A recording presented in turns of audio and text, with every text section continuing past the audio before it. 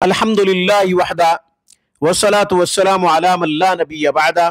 سامعین السلام علیکم ورحمۃ اللہ وبرکاتہ۔ سامعین، قرآن کریم میں تمام جسمانی اور روحانی بیماریوں کا علاج ہے۔ آج ہم نے گردے اور پتے کی پتھری کا قرآنی علاج بتانا ہے۔ غور سے سنیے گا، انشاءاللہ خوب فائدہ ہوگا۔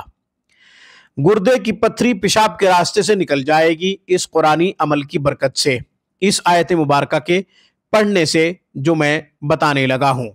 اس سے پہلے کہ عمل بتاؤں اور اس کا طریقہ عرض کروں، ہمیشہ کی طرح درخواست کروں گا آپ خود بھی قرآن کریم پڑھیں، اپنے بچوں کو بھی صحیح حروف کے ساتھ قرآن پڑھائیں۔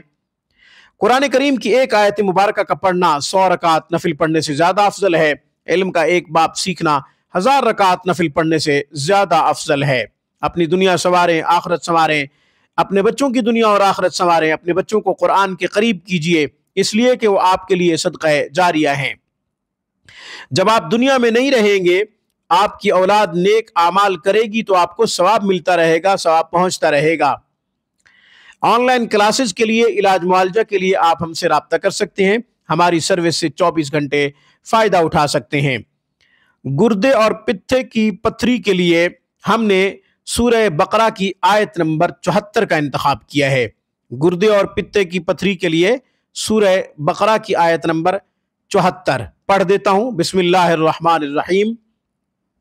وَإِنَّ مِنَ الْحِجَارَةِ لَمَا يَتَفَجَّرُ مِنْهُ الْأَنْهَارُ وَإِنَّ مِنْهَا لَمَا يَشَّقَّقُ فَيَخْرُجُ مِنْهُ الْمَاءُ وَإِنَّ مِنْهَا لَمَا يَهْبِطُ مِنْ خَشْيَةِ اللَّهِ وَمَا اللَّهُ بِغَافِلٍ عَمَّا تَعْمَلُونَ۔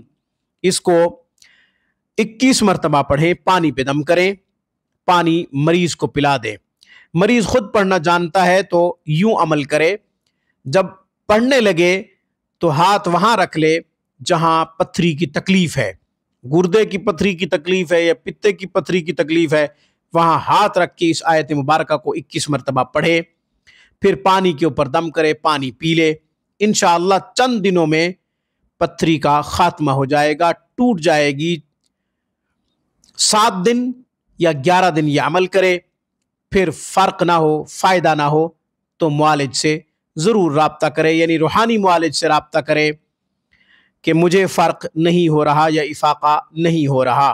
آج کی گفتگو میں بس اتنا ہی۔ اقول قولی ھذا واستغفر اللہ وآخر دعوانا الحمد للہ رب العالمین۔